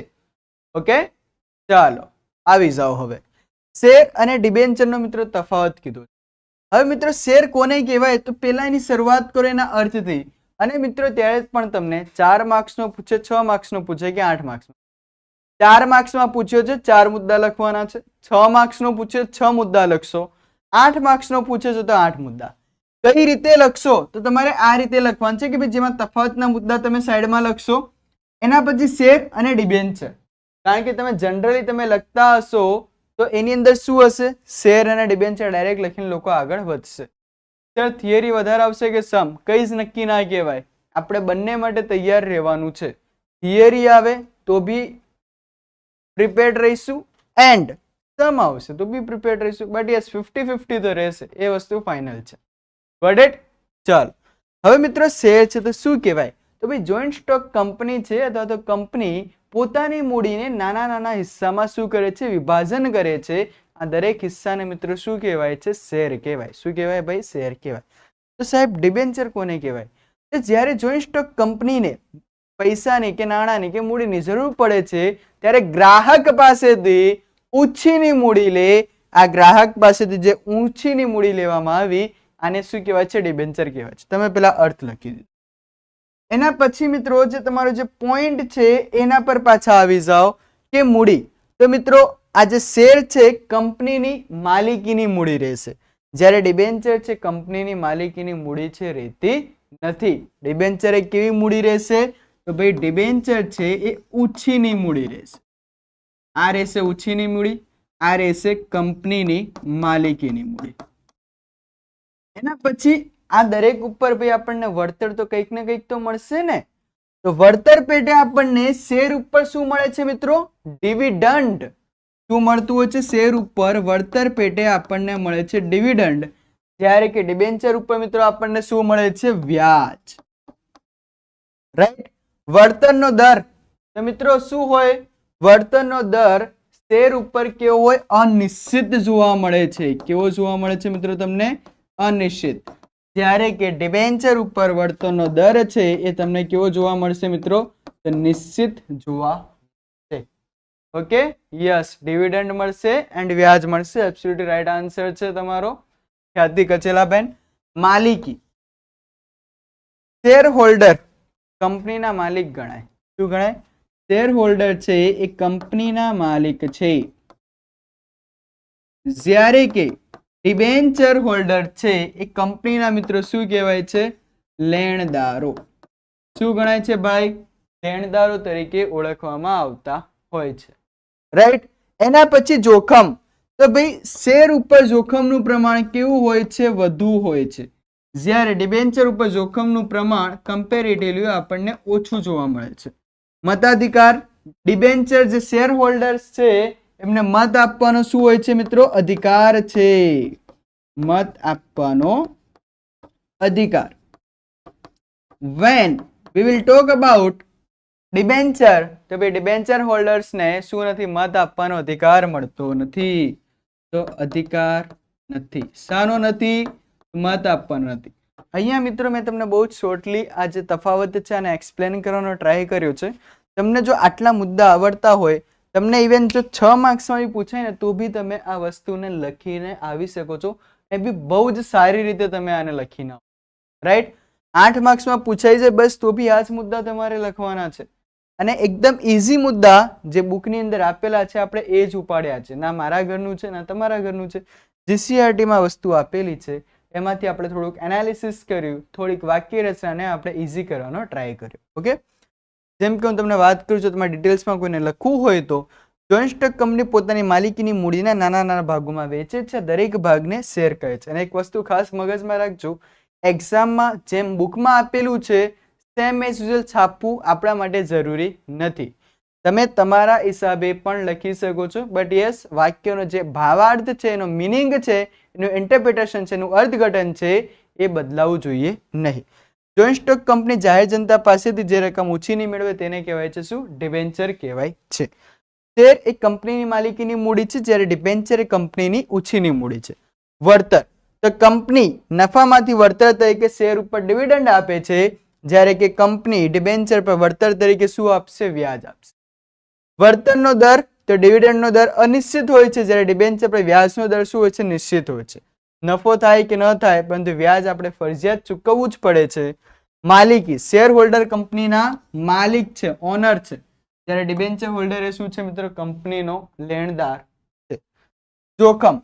શેરમાં જોખમનું પ્રમાણ વધારે જોવા મળે અને ડિબેન્ચરમાં જોખમનું પ્રમાણ ઓછું જોવા મળે. મતાધિકાર. મતાધિકારનો હક મળે છે ને મતાધિકારનો હક મળતો નથી. ઓકે, ચાલો. 4 માર્ક્સમાં 4 મુદ્દા લખાય. યસ, 4 માર્ક્સમાં 4 મુદ્દા લખવા. 6 માર્ક્સનો તો 6 મુદ્દા. 8 માર્ક્સનો હોય તો તમારે 8 મુદ્દા લખવાના રહેશે. આવી રીતે થોડું ઇઝી હશે કે થોડું ટફ? બંને ક્વેશ્ચન પૂછાશે, ઇઝી બી પૂછાશે ને ટફ બી પૂછાશે. એવું જરૂરી નથી તમને ટફ જ પૂછાય, કે એવું પણ જરૂરી નથી કે તમને ઇઝી જ પૂછાય. મોડરેટ લેવલ રહેશે, રાઈટ. એટલી વસ્તુને મગજમાં રાખવી. ચાલો હવે મિત્રો ફરીથી આપણા 4 માર્ક્સનો જે એક ક્વેશ્ચન છે જોવા મળે છે. શું કહે છે? વ્યવસ્થા તંત્રના પ્રકાર જણાવો તેમજ રૈખિક વ્યવસ્થા તંત્રની સામાન્ય સમજ આપો. એક વસ્તુ સમજો મિત્રો, 4 માર્ક્સનો ક્વેશ્ચન છે આ. ડાયરેક્ટ જે ક્વેશ્ચનની ડિમાન્ડ છે, રાઈટ, આપણે એ જ એને સપ્લાય કરી દેવાનું છે. ક્વેશ્ચન પૂછ્યો 4 માર્ક્સની અંદર, 4 માર્ક્સના અકોર્ડિંગ જ આપણે એનો આન્સર લખવાનો છે. શું કીધું? વ્યવસ્થા તંત્રના પ્રકાર જણાવો તેમજ રૈખિક વ્યવસ્થા તંત્રની સામાન્ય સમજ આપો. હવે તમે બધા એમ કહો સર બુકની અંદર આપેલું છે, બધા એ જ લખશે, અમે પણ એ જ લખશું, તો ડિફરન્સ શું પડી રહ્યો છે તમારા પાસેથી શીખવાથી અમને એ સમજાવો. ડાયરેક્ટ તમે પેલા પોઈન્ટ મારો કે ભાઈ વ્યવસ્થા તંત્રના પ્રકાર. વ્યવસ્થા તંત્રના 5 પ્રકાર છે. રૈખિક વ્યવસ્થા તંત્ર આવે છે, કાર્યાનુસાર વ્યવસ્થા તંત્ર, વૈદિક વ્યવસ્થા તંત્ર, અવૈદિક વ્યવસ્થા તંત્ર, એના પછી જોવા મળે છે શ્રેણિક વ્યવસ્થા તંત્ર. હવે શું કીધું? રૈખિક વ્યવસ્થા તંત્રની સામાન્ય સમજ. હવે બધા શું કરીને આવશે ખબર તમને? રૈખિક વ્યવસ્થા તંત્રની વ્યાખ્યા લખીને બધા આવી જશે. અહીંયા તમારું રૈખિક વ્યવસ્થા તંત્ર, પરંતુ આપણે એ રીતે નહીં લખીએ, આપણે એક સ્ટ્રક્ચરમાં લખશું. કઈ રીતે લખશું? જુઓ, રૈખિક વ્યવસ્થા તંત્ર હેડિંગ મારો, એનો અર્થ લખો. પહેલા શું લખવાનો છે? એનો મિનિંગ. તો એનો મિનિંગ ના ચાર્ટ ન સમજાવું, ચાર્ટ ન સમજાવતા મિત્તલબેન. શું કામ? કારણ કે 4 માર્ક્સનો ક્વેશ્ચન છે, એના હિસાબે 4 માર્ક્સનો ક્વેશ્ચન છે, માટે ચાર્ટ ન દોરાય. એના માટે તમે આ રીતનું જે સ્ટ્રક્ચર છે તમે આને ફોલો કરો. અહીંયા લખો અર્થ. તો ભાઈ શું હોય છે રૈખિક વ્યવસ્થા તંત્રમાં? તો ભાઈ આ વ્યવસ્થા તંત્રની અંદર જે સત્તા અને બીજી જવાબદારી છે એ ઉચ્ચ સપાટીથી નિમ્ન સપાટી તરફ એટલે કે ઉપરથી નીચેની તરફ સીધી રેખામાં જોવા મળે છે એને કહેવાય છે શું? રૈખિક વ્યવસ્થા તંત્ર. આ થઈ ગયો તમારો અર્થ. રૈખિક વ્યવસ્થા તંત્ર અન્ય કયા નામથી ઓળખવામાં આવે છે? તો લશ્કરી વ્યવસ્થા તંત્ર. બસ ખાલી આટલું જ લખવાનું, બીજું કઈ જ લખવાનું નહીં. અર્થ લખ્યો, અહીંયા અર્થ લખો. અન્ય નામ લખ્યું, અહીંયા લખ્યું તો લશ્કરી વ્યવસ્થા તંત્ર. સત્તાનું કેન્દ્રીકરણ. સત્તાનું કેન્દ્રીકરણ મિત્રો ક્યાં થયેલું હશે? ઉપરથી નીચે જાય છે, ઉચ્ચ સપાટીથી નિમ્ન સપાટી તરફ. તો સત્તાનું કેન્દ્રીયકરણ છે એ ઉચ્ચ સપાટીએ જોવા મળે છે. ઉચ્ચ સપાટીએ કેન્દ્રિત. બસ આટલું, શોર્ટ એન્ડ સ્વીટ. એન્ડ એના પછી એક તમારે એક પોઈન્ટ લખવાનો છે, અને એમાં લખવાનો છે કે ભાઈ રૈખિક વ્યવસ્થા તંત્ર, રૈખિક વ્યવસ્થા તંત્ર એ વ્યવસ્થા તંત્રનો સૌથી જૂનો પ્રકાર છે અને સૌથી સરળ પ્રકાર પણ છે. સૌથી જૂનો અને સૌથી સરળ પ્રકાર છે કયો? રૈખિક વ્યવસ્થા તંત્ર. આ 4 પોઈન્ટ્સ મિત્રો તમે લખી દો ને ઇઝીલી તમને 4 માંથી 4 માર્ક્સ તમને મળી જ જવાના છે. 1 માર્ક્સ પણ નહીં કાપે. રાઈટ? ચાલો, તો આટલી વસ્તુ આપણને ખબર હોવી જોઈએ કઈ રીતે આન્સર લખવા છે. તમામ વસ્તુ મિત્રો તમને બુકમાં આપેલી છે, પરંતુ બુકમાંથી એનાલિસિસ કરવું, એનાલિસિસ કર્યા પછી આ આન્સરને કઈ રીતે ડ્રાફ્ટ કરો, ધેટ્સ ધ મેટર. જેટલું ડ્રાફ્ટિંગ તમારું સારું હશે એટલા જ તમને મિત્રો સારા એવા શું મળશે મિત્રો? આની અંદર માર્ક્સ મળશે. સર આટલું શોર્ટમાં લખશું તો માર્ક્સ મળશે જ ને? શું કામ ન મળે? તમે અર્થ લખ્યું, અન્ય નામ લખ્યું, સત્તાનું કેન્દ્રીયકરણ. પેપર સેટરને જોઈએ જે વસ્તુ, એને જે જોઈએ તમે એને બતાવી દો. અને 4 માર્ક્સનો ક્વેશ્ચન છે. ચલો આ જ ક્વેશ્ચન 8 માર્ક્સમાં પૂછ્યો તો તમે સેન્ટેન્સ વાઇઝ લખી શકત. રાઈટ? પરંતુ 4 માર્ક્સનો ક્વેશ્ચન પૂછાય છે તો તમારે એ રીતે જ લખવાનું છે. એના પછી થોડીક એની વિશેષતા લખી દીધો, 1 પોઈન્ટ, ધેટ્સ ઇટ. રાઈટ? નાના કદના એકદમ ઉપયોગી. યસ, તમે આ પણ લખી શકો છો મિત્તલબેન, સોરી ખ્યાતિબેન. ઓકે, હા, માર્ક્સ મળશે મિત્તલબેન. ઓકે, ચાલો. આ એકચ્યુઅલી તમને લાગે છે શોર્ટ, બટ એકચ્યુઅલી આ શું છે? આ વસ્તુ તમને સ્ટ્રક્ચર બતાવી રહી છે. બાકી તો બધા શું કરશે? વ્યવસ્થા તંત્રના પ્રકારો લખે, એના પછી રૈખિક વ્યવસ્થા તંત્રનો અર્થ લખશે. સૌથી જૂનો પ્રકાર છે, અન્યના માં છે, આ છે, આ છે. એ પેપર સેટરને આમ શોધવું પડશે ઓર થશે. બટ આ જ વસ્તુ તમે આ રીતે લખ્યું હોય, જે જોઈએ તમામ વસ્તુની આંખની સામે મળી રહી છે. સર વાર્ષિક હિસાબ ને આવા સમ પૂછાવાની એ આવે બી ખરા, ના બી આવે, બંને વસ્તુ છે. વાર્ષિક હિસાબમાં તમને બધાને જો ખબર હશે તો ડાયરેક્ટ તમને શું આપી દેતા? પાકું સરવૈયું આ લોકો આપી દેતા હતા. રાઈટ? અમુક ક્વેશ્ચન છે એકાદ બે એવા કે જેમાં પાકું સરવૈયું આપીને થોડા ઘણા તમને ચેન્જીસ કરવાના કે એ પ્રકારનો એકાદ ક્વેશ્ચન આપણને મિત્રો જોવા મળી શકે છે. તો આપણે એની પણ એપ્લિકેશનમાં ચર્ચા કરીશું કઈ રીતનો છે. બાકી આખો તમને ન પૂછે. રાઈટ? તો બોર્ડની એક્ઝામમાં પણ થોડું લોંગ લખવા પડે, એટલે એ બોર્ડની એક્ઝામ છે મિત્તલબેન. આ આપણી સાની એક્ઝામ છે? મેન્સની એક્ઝામ છે. મેન્સની એક્ઝામમાં એક વસ્તુ યાદ રાખજો, એ લોકોને તમારા લખાણથી કંઈ મતલબ નથી. રાઈટ? તમે કેટલું સારું પરફોર્મન્સ આપી રહ્યા છો, તમે કેટલું સારી રીતે ચાર્ટ થ્રુ લખો છો, કેટલું તમે સ્ટ્રક્ચર વાઇઝ લખી રહ્યા છો, ધેટ્સ એ મેટર કરી રહ્યું છે આપણને. યસ, 8 માર્ક્સની અંદર બી આવી શકે. જો 8 માર્ક્સની અંદર આપણને પૂછાતા હોય તો પછી આપણે એની અંદર જો તમને ચાર્ટ આવડતો હોય તો તમે ચાર્ટ દોરો તો તમારા જેવું પેપર કોઈનું નહીં. 8 માર્ક્સની અંદર ટ્રાય કરવો કે ચાર્ટ થ્રુ તમે વધુ સારામાં સારા આન્સર્સ લખી શકો. ઓકે, અકાઉન્ટમાં કયા કયા ચેપ્ટરના દાખલા પૂછાઈ શકે છે? તો અકાઉન્ટમાં મિત્રો તમે જુઓ તો તમને પાઘડી પૂછાઈ શકે છે, ડેપ્રિસિએશન એટલે ઘસારો પૂછાઈ શકે છે, ભાગીદારનો પ્રવેશ, નિવૃત્તિ, વિસર્જન સમયના દાખલા છે તમને પૂછાઈ શકતા હોય છે. અમુક જે ચોક્કસ દાખલાઓ છે મિત્રો તમને પૂછવાની સંભાવના પૂરેપૂરી છે. યસ, વાર્ષિક હિસાબની અંદર જે મેં તમને અગાઉ કીધું એ પ્રમાણે તમને પૂછી શકે છે. સર એક્ઝામમાં પાર્ટ 2 માં પેડાગોગી આવે? યસ, આવડે છે ચાર્ટ આખો. બસ તો પછી જો તમને આવડતું હોય ને 8 માર્ક્સનો તમને પૂછાય, ચાર્ટ લખીને આવો, તમારા જેવો ક્વેશ્ચન કોઈને નહીં ખરેખર. અને એ ચાર્ટ લખતી વખતે બી તમારે આ સ્ટ્રક્ચરને ફોલો કરવાનું છે, સ્ટ્રક્ચર ચેન્જ કરવાનું નથી. મેં તમને ફર્સ્ટ લેક્ચર કોઈએ ના જોયું તો જોઈ લેજો, એમાં ઉચ્ચ સપાટીના સંચાલન વિશેની વાત કરી હતી. રાઈટ?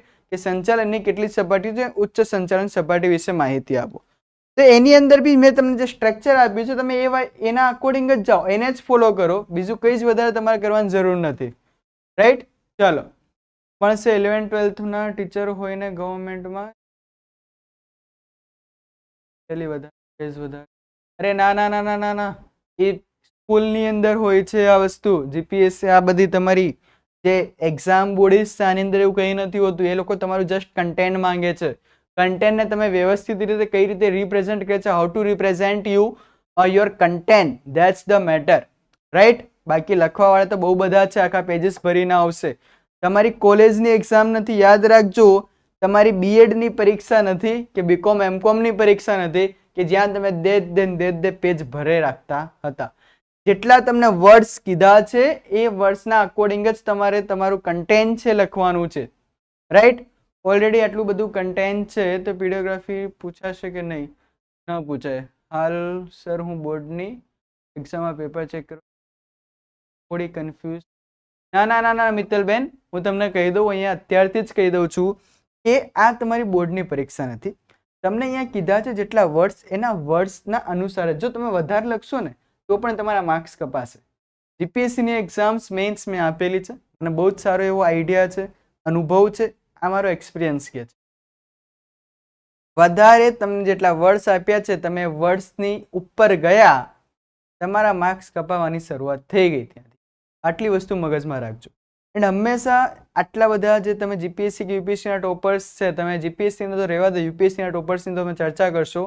એ લોકો મોસ્ટલી કઈ રીતે તો ચાર્ટ થ્રુ એ લોકો વધારે જોવાનો પ્રયત્ન કરે છે. ભલે અક્ષરમાં કંઈ ઠેકાણા ના હોય, અક્ષર સારા ન હોય, તેમ છતાં બી ચાર્ટ્સ થ્રુ જશે, ચાર્ટ્સને બનાવશે, એને નામકરણ આપશે અલગ અલગ રીતે. એન્ડ એ મિત્રો તમારું પેપરનું રિપ્રેઝેન્ટ કરી રહ્યો છે. રાઈટ.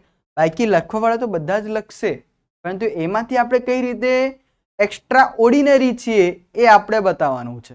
રાઈટ. કારણ કે ત્યાં આપણે બોલવાનું નથી, પરંતુ ત્યાં આપણું પેપર બોલશે અને પેપર બોલશે માટે તમે ત્યાં ચાર્ટ દોરો, અમુક સ્ટ્રક્ચર્સ છે એને ફોલો કરો, એ પ્રમાણે આન્સર રાઇટિંગ કરો, તમારા માર્ક્સ આવી જશે. રાઈટ. વધારે લખશો તો એક્સ્ટ્રા માર્ક્સ નહીં મળે પણ પેપર પૂરું નહીં થાય. યસ એબ્સોલ્યુટલી, એક્સ્ટ્રા માર્ક્સ તો નહીં મળે પણ પેપર કટ બી થશે. માર્ક્સ તમારા ઓછા થશે, કટ થશે એન્ડ પેપર બી પૂરું નહીં થાય. રાઈટ. ચાલો, હવે મિત્રો અહીંયા પાછા આપણે આવી જઈએ છીએ બેક ટુ.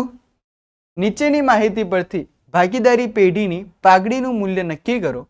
ભાગીદારી કરાર મુજબ પાઘડીની રકમ છેલ્લા 4 વર્ષના સરેરાશ નફાની 5 વર્ષની ખરીદીના આધારે નક્કી કરવાની છે. શું કહે છે ભાઈ? આપણને કહે છે કે ભાઈ નીચેની માહિતી પરથી ભાગીદારી પેઢીને પાઘડીનું મૂલ્ય નક્કી કરો. ભાગીદારી કરાર મુજબ પાઘડીની રકમ છેલ્લા 4 વર્ષના સરેરાશ નફાની 5 વર્ષની ખરીદીના આધારે નક્કી કરવાની છે. સરેરાશ નફાના આધારે મિત્રો આપણે પાઘડી છે શોધવાની છે. ઓકે. ચાલો, બોર્ડની એક્ઝામના રિલેટેડ ન વિચારો, જે માંગ્યું છે એ જ લખવાનું તો સારા માર્ક્સ મળી જશે. યસ જયભાઈ, એબ્સોલ્યુટલી રાઈટ છે તમારા. ઓકે. કેટલા માર્ક્સનું પૂછાય છે કન્ટેન્ટ, એટલે રાઠોડ ગોપીબેન કેવા શું માંગો છો? મીન્સ મને ખબર ન પડી તમે પૂછવા શું માંગો છો એકચ્યુઅલી. ચલો, દાખલા ઉપર આવી જઈએ. બધા પોતપોતાના હથિયાર એટલે કે કેલ્સી લઈને બધા તૈયાર હશો એવી હું આશા રાખીશ તમારા બધા પાસેથી. એન્ડ ફટાફટ તમે લોકો કેલ્સી લઈને બેસી જાઓ, કાઢો. તો ચલો, સરેરાશ નફાના આધારે આપણે શું શોધવાની છે? પાઘડી શોધવાની છે. તો આના માટે પહેલા આપણે શું શોધવું પડશે ભાઈ? સરેરાશ નફો શોધવો પડશે. સરેરાશ નફો શોધવાનું સૂત્ર લખવાનું છે. That's it. કે ભાઈ સરેરાશ નફો બરાબર કુલ નફો અપોન કુલ વર્ષ. ઓકે.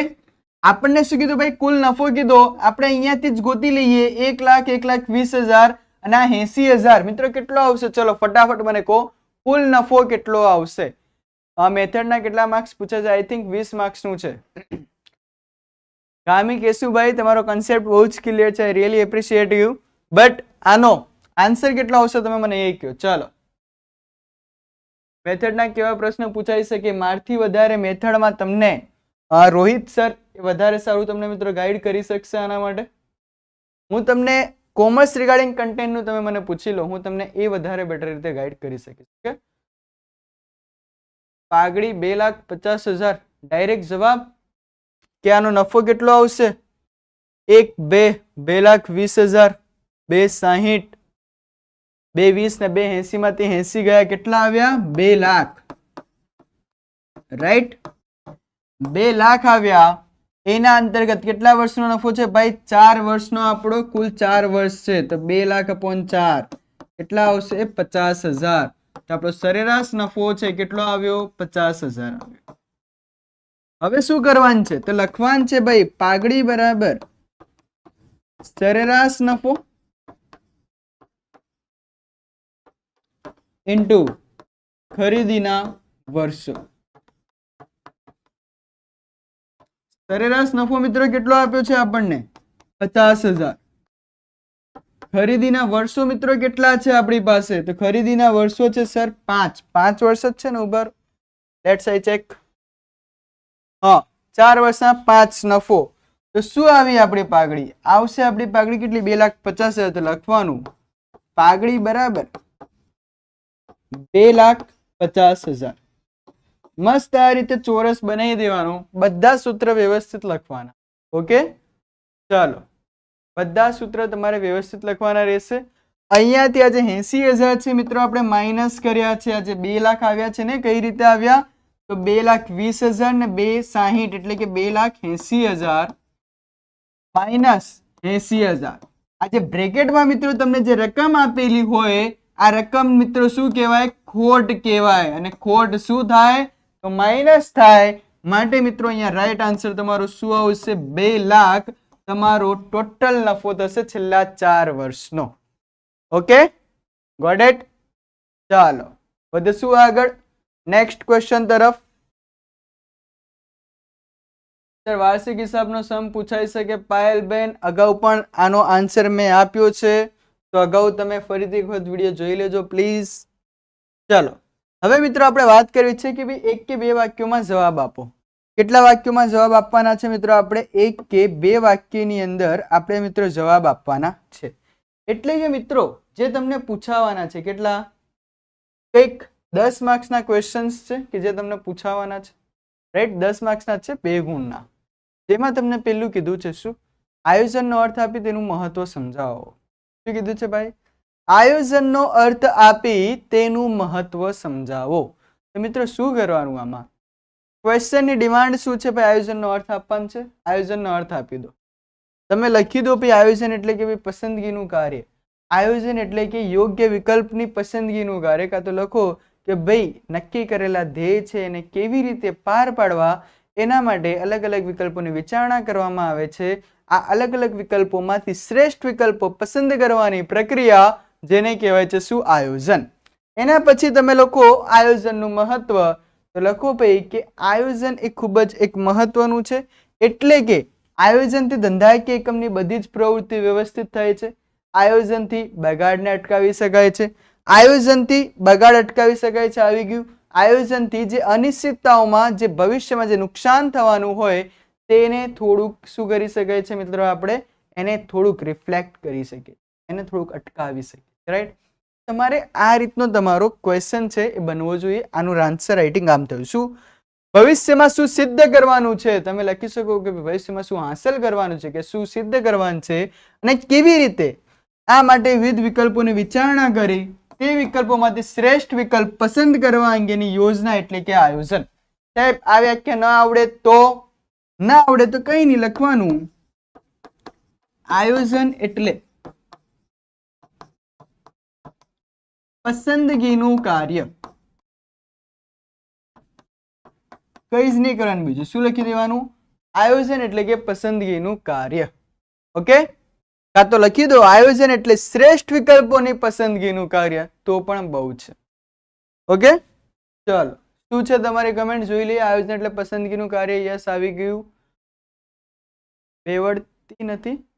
બેવડાતી નથી ઓકે આયોજન છે બેવડાતી નથી રાઈટ સર આની પીડીએફ હા મૌલિકભાઈ આની પીડીએફ છે મળી રહેશે એન્ડ ક્યાંથી મળશે તો બુકબર્ડની ટેલિગ્રામ ચેનલની અંદર આ તમામ વસ્તુ જે મેં હેન્ડ રિટન લખ્યું છે એ પણ તમને મળી જશે ઓકે સાધનોનો વ્યવસ્થિત ઉપયોગ થઈ શકાય છે યસ સાધનોનો આપણે વ્યવસ્થિત ઉપયોગ કરી શકીએ છીએ એકમમાં બગાડ અટકાવી શકાય છે દરેક વસ્તુ વ્યવસ્થિત રીતે કાર્ય થઈ શકે છે. હવે મિત્રો આપણને કીધું છે શું ભાઈ, નીચે આપેલ વ્યવહારની યોગ્ય આમનોંધ લખો. શું લખવાની છે? નીચે આપેલ વ્યવહારની યોગ્ય આમનોંધ લખો. ₹35,000 જે નરેશ પાસે લેણા હતા તે વસૂલ થઈ શકે તેમ નથી. ચલો ભાઈ, કોણ લખાવશે આ આમનોંધ? શું કહે છે કે રૂપિયા કેટલા? 35,000 કે જે નરેશ પાસે લેણા હતા તે વસૂલ થઈ શકે તેમ નથી. સિમ્પલી લખી દેવાનું આપણે કે ભાઈ ગાલખાત ખાતે ઉધાર. કેટલા રૂપિયા છે ભાઈ? 35,000. તે કોણ નથી આપવાનો? તો નરેશ. તે નરેશ ખાતે જમા. કેટલા આવશે? 35,000. ઓકે. એના પછી તમારે લખવાની છે બાબત જે, તો નરેશ પાસેથી બાકીના લેણા મળી શકે તેમ નથી. કાં તો એમ પણ લખી શકો છો કે ભાઈ ગાલખાદ પડી તેના. તમારી જે ઈચ્છા થાય મિત્રો તમે એ લખી શકો છો બાબત જે તરીકે. તમને ઈચ્છા થાય છે ભાઈ વ્યવહાર આખો લખવો છે તો વ્યવહાર પણ લખી દો, પરંતુ વ્યવહાર આખો ન લખાય, એને થોડુંક ટૂંકમાં લખવાનું રહેશે. ઓકે, ચાલો. ગાલખાત ખાતે ઉધાર તે નરેશ ખાતે જમા. એબ્સોલ્યુટલી રાઈટ આન્સર છે દર્શકભાઈનો. ઓકે. એના પછી હજી ₹10,000 ની લેણી હુંડી વેચાણ શેરો કરી ₹10,050 ના દેવા ભેટે કોને આપી ભાઈ? આપણે વિજયને આપી. તો શું થશે અહીંયા આપણી આમ નોંધ? ચાલો, કોણ લખાવશે કે ₹10,000 ની લેણી હુંડી છે, વેચાણ શેરો કરીને 10,050 ના દેવા ભેટે વિજયને આપી. તો લખીશું આપણે અહીંયા વિજય ખાતે ઉધાર. કેટલા? 10,050. તે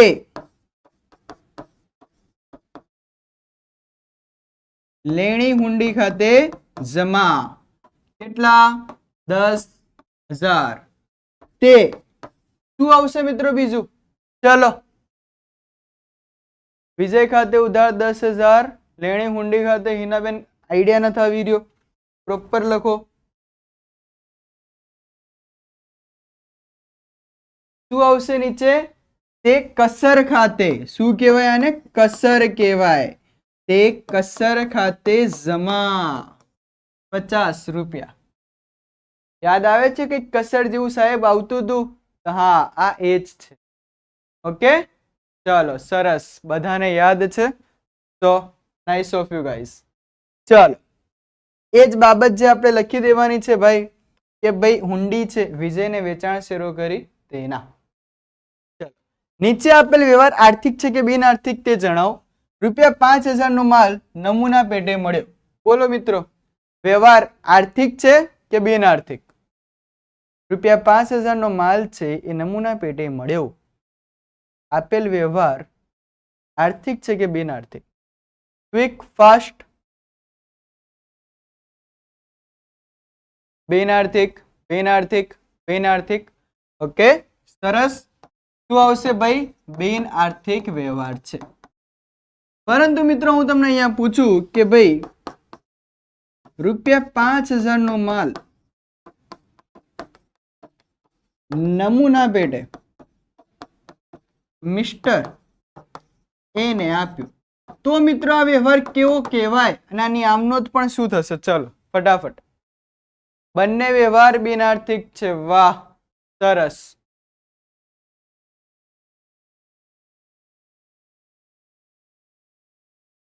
ટેક્સ્ટ બુક માંથી આવવાની સંભાવના પૂરેપૂરી. ટેક્સ્ટ બુક માંથી જ આવશે. તમે એના એક્ઝામ્પલ ના તે બધું સોલ્વ કરો એની અંદરથી. ઓકે, શું કહેવાય ભાઈ? ₹5,000 નો માલ નમૂના પેટે મિસ્ટર એ ને આપ્યો. તો મિત્રો આ તમારો શું થઈ ગયો છે? આર્થિક વ્યવહાર. અને જો તમને આની આમનોંધ પૂછાય તો ભી તમે લખશો શું? કે જાહેરાત ખર્ચ ખાતે ઉધાર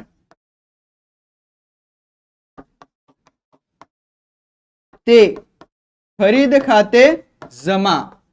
કેટલી રકમ? તો જેટલાનો વ્યવહાર છે એટલાની, એટલે કે ₹5,000. Okay, yes. ₹10,000 નો માલ 10% રોકડ વટાવથી વેચવાનો ઓર્ડર મળ્યો. અત્યાર સુધી ભાઈ ઓર્ડર મળ્યો છે, પૈસાની આપ-લે કઈ થઈ નથી, માલ આપ્યો નથી. તો મિત્રો આ પણ તમારો કેવો વ્યવહાર થાય? તો બિન આર્થિક વ્યવહાર થશે. કેવો? બિન આર્થિક વ્યવહાર. ચાલો વધીશું મિત્રો આગળ. યસ, રાઈટ છે બધાનો આન્સર. જો યંત્રની ખરીદી કિંમત ₹50,000 તેમજ યંત્રની ગોઠવણીનો ખર્ચ ₹10,000 થયો છે, વાર્ષિક 10% લેખે જો ઘસારાનો દર ગણાતો હોય તો વાર્ષિક ઘસારાની રકમ છે મિત્રો એ તમારે જણાવવાની છે. તો વાર્ષિક ઘસારાની રકમ કેટલી હશે મિત્રો એ તમારે અહીંયાથી જણાવવાની છે. ચાલો એક વસ્તુ સમજો મિત્રો કે જ્યારે આપણને આ પ્રકારનો સમ પૂછાય તમે ડાયરેક્ટ કરી શકો છો, ડાયરેક્ટ ન કરવું. રકમ તમારે જે સૂત્ર છે લખવાનું તમને ખબર જ હશે શું ભાઈ? આર. આર એટલે કે rate of depreciation. D upon C into 100. D for depreciation, C for cost. આપણને શું શોધવાનું છે ભાઈ? ઘસારાનો દર શોધવાનો છે. અને આપણને આપી છે શું? તો જુઓ ચલો, યંત્રની ખરીદ કિંમત 50,000 ને ગોઠવણીનો ખર્ચ 10,000 એટલે કે ટોટલ કોસ્ટ આપણને કેટલી પડશે અહીંયા? 60,000. એના પછી ઘસારાની આપણે રકમ શોધવાની છે. 10% આપણને આપ્યો છે ઘસારો, ડી શોધવાનો છે ગુણ્યા 100 છે ઓલરેડી. તો શું કરશું મિત્રો? હવે 10 ગુણ્યા 60,000 upon 100 is equal to depreciation ની રકમ આવશે. એક મિનિટ ઉડ્યું. તો મિત્રો અહીંયા લખવાનું કે ભાઈ ઘસારાની રકમ બરાબર કેટલા થશે? 6,000.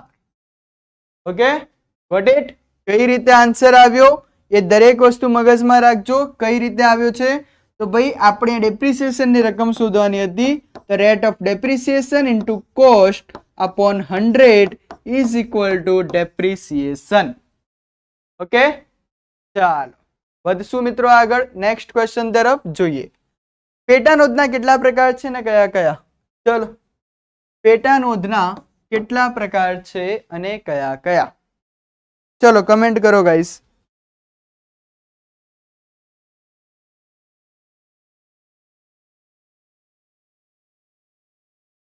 પેટા નોંધના કેટલા પ્રકાર છે ને કયા કયા? ઓમાં 7, 5.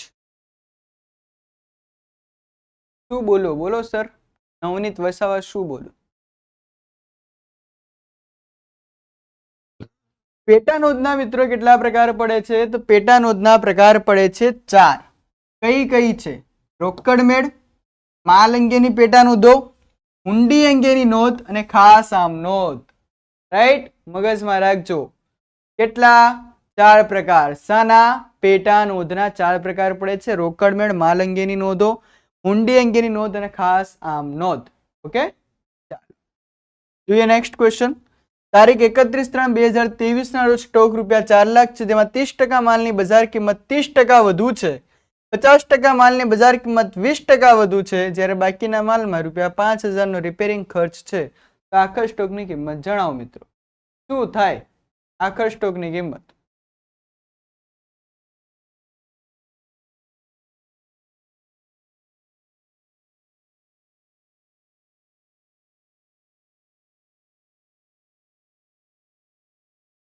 જોવું પડશે તો પછી કે ત્યાં સુધી મેં બી જોયું છે ત્યાં સુધી આ જ વસ્તુ છે. ઓલ દો કાલે તમને અપડેટ કરીને મળી જશે જે બી હશે કઈ. ચલો મિત્રો, આખા સ્ટોકની કિંમત શું આવશે જણાવો. અરે નવનીતભાઈ, તમારા માટે નથી. ધોરણ 6 માં તમારાથી ડબલ સ્ટાન્ડર્ડના લોકો અહીંયા બેઠા છે. જે લોકો શિક્ષક છે એ લોકો અહીંયા આવીને બેઠા છે. તમારા માટે નથી. તો પૂજાબેનનો રાઈટ આન્સર આવ્યો છે 3,95,000. કઈ રીતે આવ્યો તો એક વસ્તુ હું તમને કહી દઉં. તો મિત્રો આ છે એક આપણો હવાલો આખર સ્ટોકનો. તો યાદ રાખજો, આખર સ્ટોકની કિંમત કઈ હોય? બજાર કિંમત અને ચોપડે કિંમત. બેમાંથી જે કિંમત ઓછી હોય તે કિંમત આપણે લેતા હોઈએ છીએ. અહીંયા શું કીધું? 30% માલની બજાર કિંમત 30% વધુ. ધ્યાનમાં લઈશું? નહીં લઈએ. 50% માલની બજાર કિંમત 20% વધુ ધ્યાનમાં લઈશું નહીં લઈએ. બાકીના માલમાં ₹5,000 રિપેરિંગ ખર્ચ છે. એક વસ્તુ સમજો, 4 લાખ રૂપિયા છે. 4 લાખના 3 ભાગ કરેલા છે, જેમાં એક છે આપણા કેટલા 30%. 4 લાખના 30% કેટલા થાય? 4 × 12, 1,20,000. એના પછી જોવા મળ્યો આપણને કેટલો 50%. 4 લાખના 50% કેટલા 2 લાખ. એના પછી જોવા મળ્યા કેટલા બાકીના, એટલે કે 30, 50 વધ્યા કેટલા 20. 4 લાખના 20% એટલે કે 80,000. ત્રણેયનો સરવાળો જુઓ, 4 લાખ થઈ જાય છે? હા સર થઈ જાય છે. એમાં શું કીધું? રિપેરિંગ ખર્ચ કેટલો 5,000 નો. તો આ 5,000 આમાંથી માઇનસ કરી દો. કેટલા આવશે? 75,000 આવશે. આ ત્રણેયનો સરવાળો કરો તો 3,20,000, 3,20 ને 70, 3,90 અને કેટલો આવશે? રાઈટ આન્સર આપણો 3,95,000. એ શું થશે? આપણો રાઈટ આન્સર થશે. ઓકે, ચાલો. એના પછી છે ભાઈ સત્તા સોંપણી એટલે શું? તેના મુખ્ય તત્વો જણાવો. તેના મુખ્ય તત્વો કેટલા છે તમે એ જણાવો. બાકી સત્તા સોંપણી કોને કહેવાય એ હું તમને કહી દઉં છું. ઓકે, ચાલો. સત્તા સોંપણી એટલે શું? તેના મુખ્ય તત્વો જણાવો. 3 છે. યસ, ચાલો જુઓ. સત્તા સોંપણી એટલે કે અન્ય વ્યક્તિઓને સત્તા અને જવાબદારી સોંપી અસરકારક દેખાવ માટે ઉત્તરદાયિત્વની સ્થાપના કરવી. શું કહે છે ભાઈ?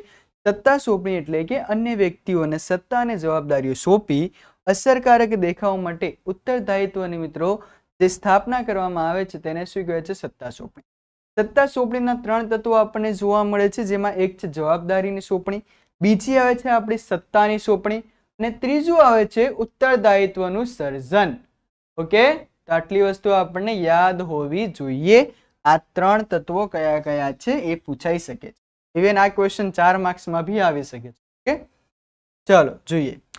દ્રશ્ય માહિતી સંચાર, શ્રાવ્ય માહિતી સંચાર અને દ્રશ્ય શ્રાવ્ય માહિતી સંચારની પદ્ધતિના ઉદાહરણ આપો. સર કોમર્સમાં કટ ઓફ કેટલું રહેશે? તો 70 જે બધાને કીધેલું છે એ જ રહેશે. એનાથી ઉપર નીચે થાય તો કંઈ કહી શકાય નહીં. બટ જે પ્રમાણે બધાના પેપર છે, જે પ્રમાણે પેપર બહાર આવ્યું છે એના અકોર્ડિંગ તો એવી જ છે ગણતરી. જે લોકોના 70 માર્ક્સ છે તમામ લોકો મેઇન્સની તૈયારી કરી શકો છો. મેઇન્સ તમને આપવા માટે મળશે. ઓકે, હવે મિત્રો આવા સંજોગોમાં શું કરવું તમારે? તો લખવું ભાઈ દ્રશ્ય માહિતી સંચાર ની પદ્ધતિના ઉદાહરણ. શું આવશે ભાઈ? દ્રશ્ય માહિતી સંચાર કે જેમાં ખાલી આપણે જોઈ ચૂકીએ છીએ, જોઈ શકીએ છીએ. શું આવશે? ચલો ફટાફટ કમેન્ટ કરો કે દ્રશ્ય માહિતી સંચારમાં શું શું આવી શકે છે. તો આની અંદર મિત્રો તમને 2 માર્ક્સમાં ક્વેશ્ચન પૂછ્યો છે, બધાના 2 લખી દેવા. વિડીયો કોલ ના આવે રાઠોડ ગોપીબેન. શું આવશે? તો એક નકશા, ચિત્રો, ચાર્ટ, રંગ, આ બધા શું કહેવાય? દ્રશ્ય માહિતી સંચાર. એના પછી આપણને પૂછે શું? શ્રાવ્ય માહિતી સંચાર. તો મિત્રો શ્રાવ્યમાં ખાલી તમે સાંભળી શકો છો, તો સાંભળી શકતા હો તો શું આવશે? Radio, telephone, right? રેડિયો છે, ટેલિફોન છે, આ વગેરે વસ્તુ છે મિત્રો તમને જોવા મળશે. એના પછી પહેલાના જમાનામાં એક વસ્તુ ચાલતી હતી જેને આપણે ટેપ રેકોર્ડર કહીએ છીએ. શું? Tape recorder. એના પછી ટેલિકોન્ફરન્સ, ફોન ઉપર કોન્ફરન્સ થાય. એના પછી મિત્રો આવે છે શું? દ્રશ્ય અને શ્રાવ્ય, જેમાં તમે જોઈ બી શકો છો અને સાંભળી બી શકો છો. તો મિત્રો શું આવે? તો આવે ચલચિત્ર, જેને આપણે ફિલ્મ કહીએ છીએ, ટેલિવિઝન આવે, કોમ્પ્યુટર આવે, કે જેને તમે મિત્રો જોઈ શકો છો સાથે ને સાથે સાંભળી પણ શકો છો. દ્રશ્ય અને શ્રાવ્યમાં આવશે ટેલિવિઝન છે, ચલચિત્ર છે, કોમ્પ્યુટર છે વગેરે. હા, કંઈક ડેટ છે, 21 ડેટ છે, શ્યોર નથી, બટ યસ ઓગસ્ટની એન્ડિંગ કીધેલું છે આ લોકોએ. ઓગસ્ટ એન્ડમાં આવશે. એન્ડ તમારી 17 સપ્ટેમ્બરે તમારી એક્ઝામ છે. જો તમારા માર્ક્સ થતા હોય તો અત્યારથી તૈયારી માટે લાગી જવાય આના માટે. ઓકે, ચાલો. ડિબેન્ચર હોલ્ડરના કોઈ પણ બે અધિકાર જણાવો. આની વાત કરેલી છે ડિબેન્ચર હોલ્ડર. તમે લખી શકો છો ડિબેન્ચર હોલ્ડર ને મત આપવાનો અધિકાર હોતો નથી. બીજી વસ્તુ લખી શકો કંપનીની અંદર ખોટ થાય તેમ છતાં પણ ડિબેન્ચર હોલ્ડરને તેનું વળતર મળવાપાત્ર રહેશે. એના પછી લખી દો ડિબેન્ચર હોલ્ડર કંપનીના લેણદારો ગણાય છે એટલે કંપનીના વિસર્જન સમયે સૌ પ્રથમ વખત ડિબેન્ચર હોલ્ડરોને તેમની મૂડી છે પરત કરવામાં આવતી હોય છે. ઓકે, તો જુઓ ડિબેન્ચરને વ્યાજ મેળવવાનો અધિકાર છે, સમય મર્યાદા પૂરી થતા નાણાં પરત મેળવવાનો અધિકાર છે, કંપની વિસર્જન સમયે પોતાના નાણાં અગ્રતા ક્રમે પરત મેળવવાનો અધિકાર ધરાવે છે, કંપનીની રજિસ્ટર્ડ ઓફિસમાં જરૂરી ફી ભરી જે તે સાચી માહિતી મેળવવાનો પણ અધિકાર ધરાવે. તમને આમાંથી જે લખવું હોય એ તમે લખી શકો છો. ખોટા થવા છતાં યસ ખોટ થવા છતાં પણ નિશ્ચિત વ્યાજ એ લોકોને મળે છે. દિશાબેન, ખોટ થઈ હોય તો બી નિશ્ચિત વ્યાજ મળશે. જ્યારે કંપનીનું વિસર્જન થતું હોય સૌ પ્રથમ વખત પહેલા એમને એમની મૂડી છે એ પરત આપવામાં આવશે. ઓકે, ચાલો વિજ્ઞાપન પત્રના કોઈ પણ 4 લક્ષણ જણાવો મિત્રો. વિજ્ઞાપન પત્ર એટલે કે શું કહેવાય? એડવર્ટાઇઝમેન્ટ. વિજ્ઞાપન પત્ર એટલે કે જાહેરાત. એના કોઈ પણ 4 ઉદાહરણ. તો વિજ્ઞાપન પત્ર ભાઈ કેવું હોવું જોઈએ? લેખિત હોવું જોઈએ. વિજ્ઞાપન પત્ર એ કંપનીએ બહાર પાડેલ કેવો દસ્તાવેજ છે? જાહેર દસ્તાવેજ છે. વિજ્ઞાપન પત્ર નોટિસ, પરિપત્ર કે જાહેર ખબર સ્વરૂપનું હોવું જોઈએ. તમને યાદ હોવું જોઈએ કે આ ક્વેશ્ચન તમારી એક્ઝામમાં મિત્રો પૂછાયો હતો હાલમાં ટાટ એચએસ ની પ્રિલિમ પરીક્ષાની અંદર કે વિજ્ઞાપન પત્ર ખાલી જગ્યા સ્વરૂપનું છે. નોટિસ, પરિપત્ર કે જાહેર ખબર. વિજ્ઞાપન પત્ર લેખિત હોવું જરૂરી છે. વિજ્ઞાપન પત્ર કંપની બહાર પાડેલ કેવો દસ્તાવેજ છે મિત્રો? જાહેર દસ્તાવેજ છે. વિજ્ઞાપન પત્ર દ્વારા જાહેર જનતાને જામીનગીરી ખરીદવા કે ભરણા માટે પણ શું કરવામાં આવે છે મિત્રો? આમંત્રણ છે એ આપવામાં આવતો હોય છે. એસપીસીસી માં ઓપ્શન કાઢીને ચાલે, મે બી પૂછાઈ પણ શકે છે ઓપ્શન વાળા એન્ડ ન પણ પૂછાઈ. ઓકે, બંને વસ્તુ છે મિત્રો તમને જોવા મળતી હોય છે. તો મિત્રો આપણે આજ માટે આટલી વસ્તુ રાખીએ છીએ. મળીએ છીએ કાલે એટલે કે નેક્સ્ટ લેક્ચરમાં. અને એક વસ્તુ ખાસ ધ્યાનમાં રાખજો, કાલથી 6 થી 8 ની આપણી લાઈવ બેચ ચાલુ થઈ જશે એપ્લિકેશન ઉપર. એન્ડ યુટ્યુબ ઉપર એક તમારો સેશન રહેશે કે જે 1 કલાકનો હશે 4 થી 5 નો. ઓકે, તો આટલી વસ્તુને ખાસ તમે લોકો મગજમાં રાખજો. મળીએ છીએ મિત્રો કાલે એટલે કે યુટ્યુબ સેશનમાં 4 થી 5. અને જે લોકોને એપ્લિકેશન ખરીદવાની બાકી હોય તે લોકો એપ્લિકેશન પરચેસ કરી શકો છો. ઓફર્સ તમને બધાને બધી જ વસ્તુ ખબર જ છે. તો thank you so much for joining us.